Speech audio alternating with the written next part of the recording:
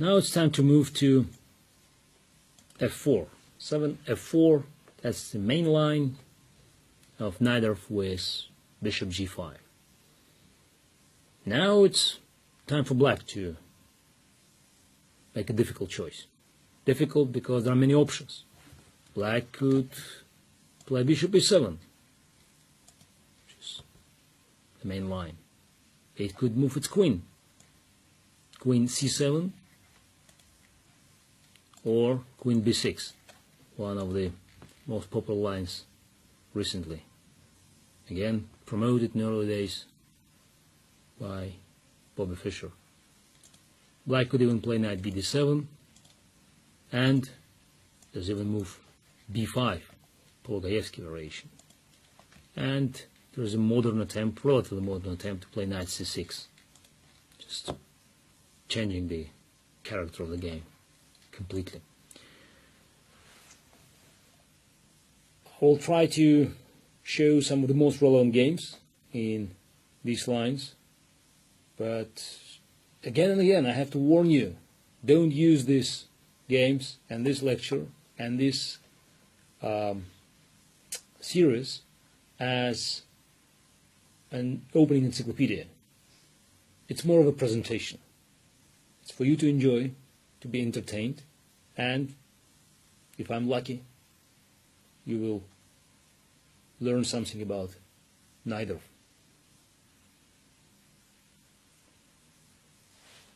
Let's start with the story that is quite amazing, that if presented in the book, it would be disregarded as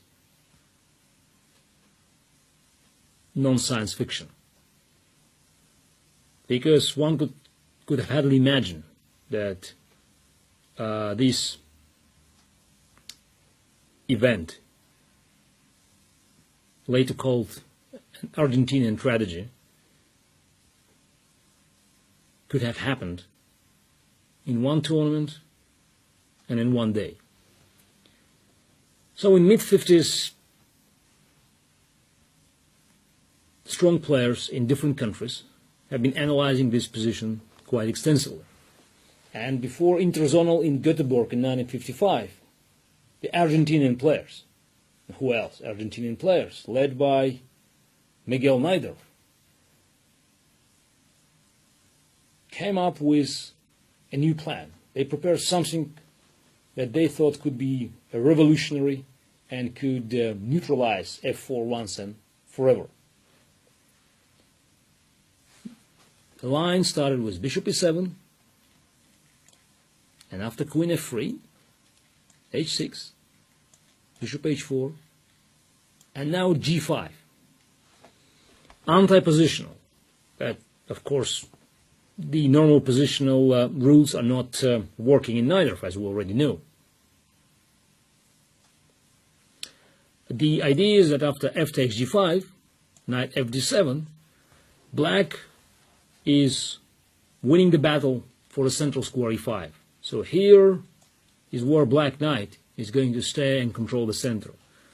If necessary, it could be supported by another knight. You know, knight can go on c6 or b8, or it could go on d7.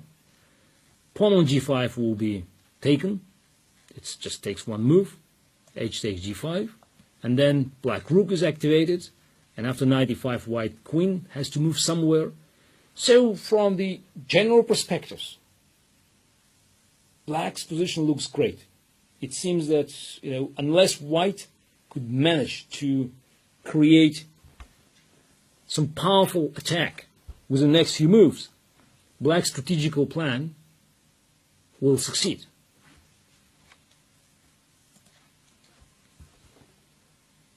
It did occur that in one day, 3 Argentinian players faced 3 Soviet players. There were 3 games. Najdorf Keres, Pilnik, Spassky, and Pano Geller. In fact, the Soviet players had white. So we should rather say Geller, Pano, Keres, Najdorf, and Spassky, Pilnik. And all Argentinian players picked up this line. They probably expected that it's a brand new line, which was brand new at that time, could have devastating effect on Soviet players. But in fact, it was the other way around. All Soviet players in this position made a move that was not expected by their Argentinian counterparts. Knight takes e6. So, looks dangerous at first sight. F takes e6, queen h5, king f8. And now we're probably not in Najdorf anymore, but in the king's gambit, because black king goes on f8, and it just takes one check from f1. Just, if white rook is there, it's mate. But we shouldn't be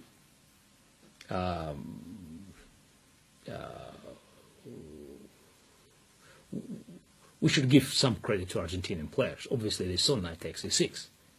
But it didn't take long to recognize that if black knight comes on e5 and stays there, it protects f7.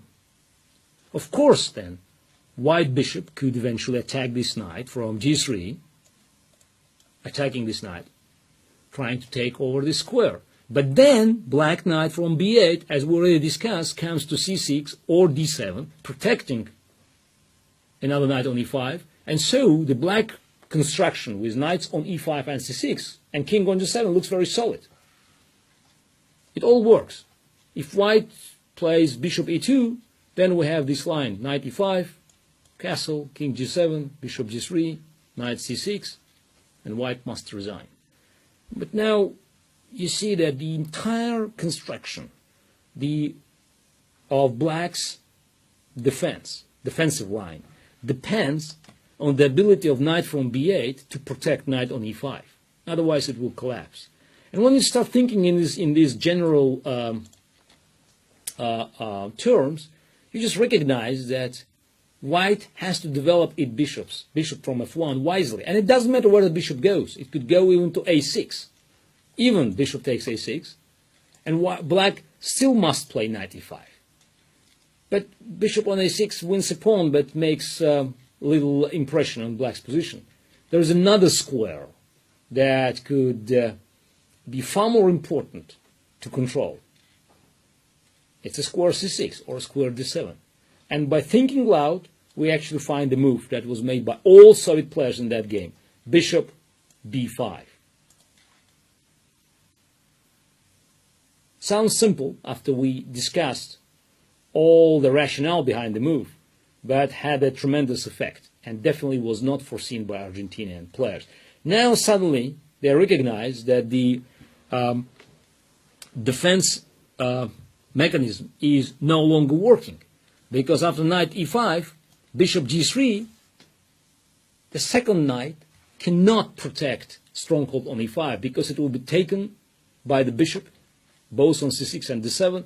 Then knight on e5 will be taken by another bishop, and then white rook enters f file with decisive effect. So the three games, they took different paths. In fact, two of them were nearly authentic. So Pana didn't find anything better than taking on g5 in this position, and after castle, king e7, bishop takes e5, queen b6 check, king h1, d takes e5, queen f7, king d6, rook a d1, had to sacrifice the queen on d4, and the game was over.